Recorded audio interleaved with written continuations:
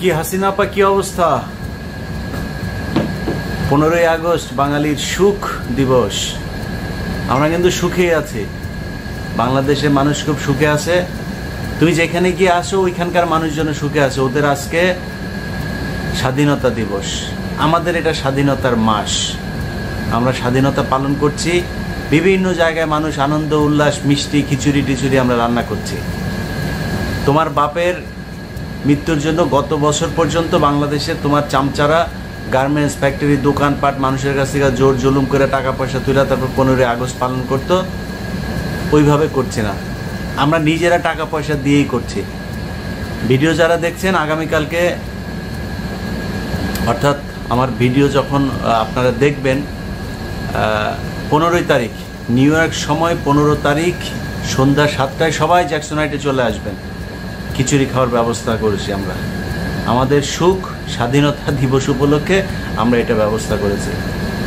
গত বছর এই আগস্ট মাসে একটা প্রোগ্রাম আপলোড দিয়েছিলাম, সেই প্রোগ্রামটা আবার গত 2-3 দিন আগেও আপলোড দিয়েছে। সেখানে বলা ছিল যে 15ই আগস্ট শেখ মুজিবের এই যে এখন যেই পুতুরেরা যে এখন নাচানাচি নাচা গানা করছে, এইটা শেখ হাসিনার পতনের পরে থাকবে না। এখন হিসাব মিলায় দেখো শেখ হাসিনা সত্য বলেছিলাম না মিথ্যা। আমরা তো কথা বললেই তোমার কাছে গুজব লাগতো, আর তোমার লোকজনেরা তখন বলতো সেই 75 আর এখন এক না, এখন কিছু হইলে তারপরে একদম হাড্ডি গুড্ডি নাকি কারে নাকি ভাঙিয়া ভুঙিয়া কি করবে। কই সেই লোকজন? তোমার 32 নাম্বার বাসার ভেতরে আগুন লাগাই দিছে, তোমার লোকজন কোথায়? 15ই আগস্ট তোমার আব্বার আজকে মুসলমানের দিন, তোমার লোকজন কই? আসতে বলো। তোমার আব্বুরা সব কালকে রাতের থেকেই করে রেখেছিল, এই 32 নাম্বার পাহারা দিয়ে রেখেছিল। তোমার বাবেদার আসতে বলো, করতে বলো। এখন খিচুড়ি খায় যাইতে বলো। পোলাপান ওখানে তোমরা এই এতদিন ধরে হিন্দি গান শুনছো না, পোলাপান দেখলাম ওই লুঙ্গি ডান্স হিন্দি গান শুনছে। এটাই হচ্ছে বর্তমানের অবস্থা বাংলাদেশে। তোমাকে ছাড়া বাংলাদেশ অনেক ভালো আছে শেখ হাসিনা। তোমার পুতুরও এখন ইন্ডিয়ার কাছে বলছে, ইন্ডিয়া যেন এনশিওর করে 90 দিনের মধ্যে বাংলাদেশে নির্বাচন হয়। তোমরা না এতদিন বললা তোমাদের বিদেশে কোনো প্রভু নাই, বিদেশে যায় তোমরা কান্দাকাটি করো না, জনগণ নাকি তোমাদের শক্তি। কই সেই জনগণ নিয়ে আসো। এখন পলাইছো কেন? তুমি না বলছো তুমি পলাও না, বিচারের মুখোমুখি তারেক রহমানকে ধরে নিয়ে যাবা। তারেক রহমান বিচারের সাহস থাকলে বিচারের তুমি এখন বিচারের মুখোমুখি হও, দেশে আসো যাও, জনগণ তোমার জন্য ওয়েট করতেছে, যাও দেশে। এই কথাগুলি আমরা এতদিন ধরে বলে আসছিলাম। এত বাড়াবাড়ি করা ভালো না। এই 15 বছরে একটা সেক্টর নাই যেই সেক্টরের মানুষকে তুমি খেপাও নাই। কিছু মানুষজনকে সুবিধা দিয়া পুরো বাংলাদেশের মানুষ তোমার অত্যাচার নির্যাতন সহ্য করেছেন। সেই সুবিধা নেওয়া লোকজনগুলো এখন কোথায়? কেউ নাই। 2-1 দেখলাম ফেসবুকে, কালকে এক মহিলার পোস্ট দেখলাম, নিউজ করেছে যে সে বলেছে যে বঙ্গবন্ধুর জন্য যদি চাকরি যায় তাহলে যাক, সে নিজেই পলাতক। মানে ও জানে ওর যে চাকরি থাকবে না, এমনি জানে। এই পোস্টটা করে রাখলো আর কি, যে বঙ্গবন্ধু তোর চাকরি তো এমনি না, তুই যা অফিসে, তোরে অফিসে খুঁজতেছে, তুই যা। রংপুরের যেই কিছুক্ষণ আগে একটা ইমেল চেক করলাম, রংপুরের যে পুলিশ কমিশনার ছিল মনিরুজ্জামান, তার নির্দেশে আবু সাইদকে গুলি করা হয়। এই মনিরুজ্জামান এলাকায় প্রভাবশালী, যে কারণে এলাকার লোকজন সাহস পাচ্ছে না তার বাড়িতে আপনার চেক করতে।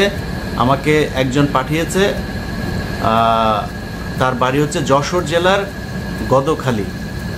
আমি চিনি না, আপনারা যশোরের মানুষজন যারা আছেন তারা নিশ্চয়ই চিনবেন। গদখালিতে তার বাড়ি, তার গ্রামের বাড়িতে সে নাকি পালিয়ে আছে। আমাকে একজন ইমেল করেছে, আপনারা একটু খোঁজ নিয়ে দেখেন ওরে ধরতে পারেন কিনা।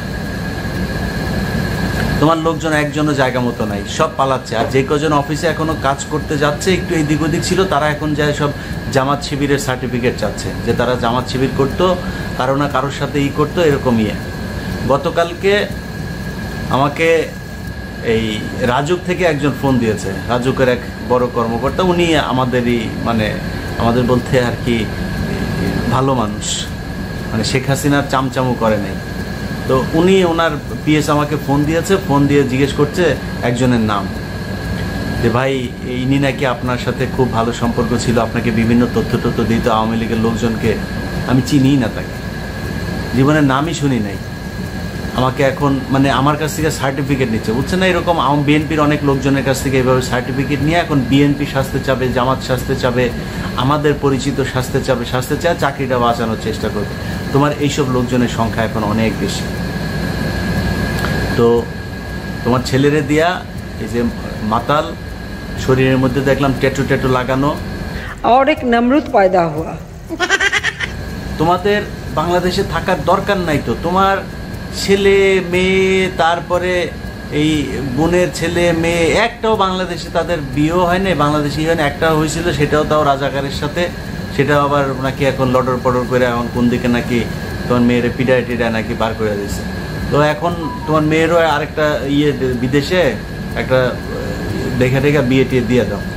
তোমাদের বাংলাদেশে তোমাদের কেউ নাই তো, তুমি বাংলাদেশে আসবা কেন? তুমি বাংলাদেশে তোমার এতগুলো এমপি মন্ত্রী একটারও নিয়ে যাও নাই, সবগুলো পলায় আছে, হয় ক্যান্টনমেন্টে আছে, নাইলে কোনো না কোনো বিএনপি নেতার বাসায় কিংবা কোনো ব্যবসায়ীর বাসায় কোনো না কোনো জায়গায় পলাতক অবস্থায় আছে।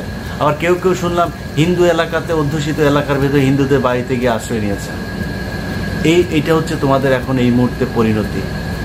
তো তুমি শেখ হাসিনা যা করছো এই গত 15 বছরে, আমার বিশ্বাস আল্লাহর বিচার এখনো শেষ হয়নি।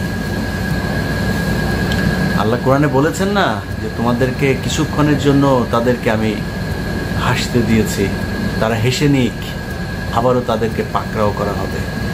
তোমাদের এখন সেই পিরিয়ডটা চলছে, তোমাদের পাকড়াও।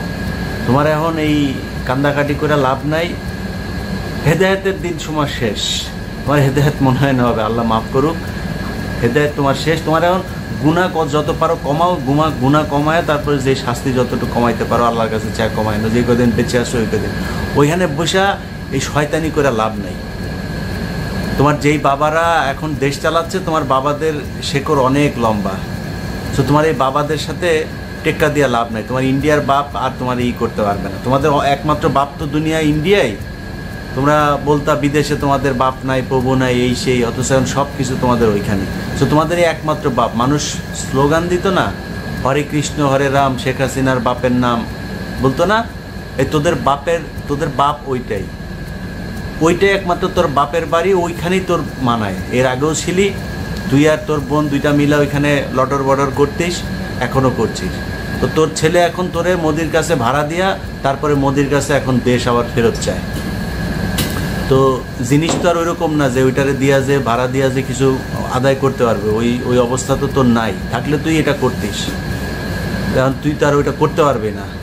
তো তারপরেও দেখ ইটি করে কতটুকু কী করতে পারিস, কাজ হবে না। স্টুডেন্টরা 32 নাম্বার থেকে এই তোর বাপের অ্যাভিনিউ যেটা আছে গুলিস্তানে, তোদের কার্যালয় সব স্টুডেন্টদের দখলে, তোর বাপেরা একটাও আসে না।